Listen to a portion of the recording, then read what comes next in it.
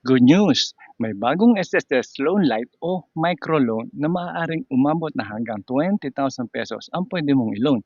At ang isa pang maganda rito, hindi na kailangan ng employer approval kung ikaw ay employed. Tara, pag-usapan natin. So welcome back sa ating channel, Quick Guide PH. Kung interesado kang malaman ang tungkol sa SSS Loan Light, panoorin ang video hanggang sa dulo dahil ipapaliwanag natin kung ano ang programa, magkano ang potensyal na mahihiram, sino ang maaaring maging qualified, at higit sa lahat kung available na ba ito sa ngayon. Sa video na ito, pag-uusapan natin ang latest official update mula mismo sa SSS para hindi tayo malito at sa mga kumakalat na impormasyon online. So ano ang SSS Loan Light? Ang Loan Light ay isang microloan facility ng SSS na idinisenyo para magbigay ng accessible na short-term credit sa mga qualified SSS members. Batay sa impormasyon ng SSSS, ang loan amount ay depende sa qualification at applicable program rules. So sino mga posibleng ma-qualify dito? Lahat ng SSS members na may at least 12 months na contribution. Kasama sa programa ang mga employed members at ayon sa SSS, hindi na kailangan ng employer certification. Take note para sa mga employed borrowers.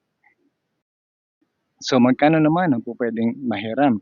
Batay sa SSS information, ang process loan amount ay 1,000 hanggang 20,000 pesos. Pero tandaan, ang 20,000 pesos ay maximum loan amount. Hindi ibig sabihin na lahat ng qualified members ay automatic na makakakuha ng 20,000 pesos. Ang actual amount ay depende pa rin sa eligibility, sa records at sa final implementing rules ng SSS. So ilang araw bago mabayaran?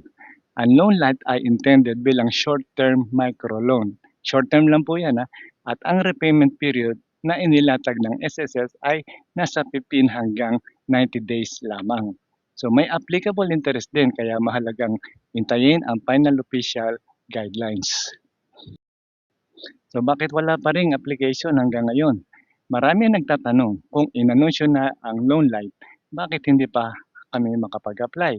Ang dahilan ay hindi pa sapat na ma-anunsyo lamang ang isang loan program. Kailangan munang ma-finalize ang guidelines, system integration at partnership bago ito maging isang fully operational. Kaya kung wala ka pa nakikitang loan light options sa iyong my.sss account, huwag mo nang isipin agad na may problema ang account mo. Maaaring hindi pa ito officially available para sa iyong account o area. So kailan ito magiging available? So sa ngayon, ito ang pinaka-importanteng update. Kung may nakita kayong post na nagsasabing available na agad ang lahat ng 20,000 microloan, kailangan natin maging maingat. Sa latest official information ng SSS, wala pang eksaktong nationwide launch date na publicly confirmed para sa full implementation ng Loan Light. Sinabi ng SSS na kinukumpleto pa nila ang program guidelines, system integration at partnership nito sa mga bangko. So mag-ingat tayo sa mga fake applications.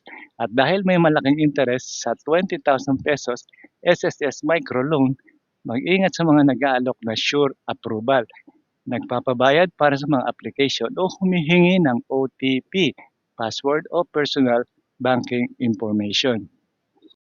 So hintayin lang natin ang official announcement ng SSS bago mag-apply at bago magbigay ng personal information sa sino man nag-aalok ng Loan Light.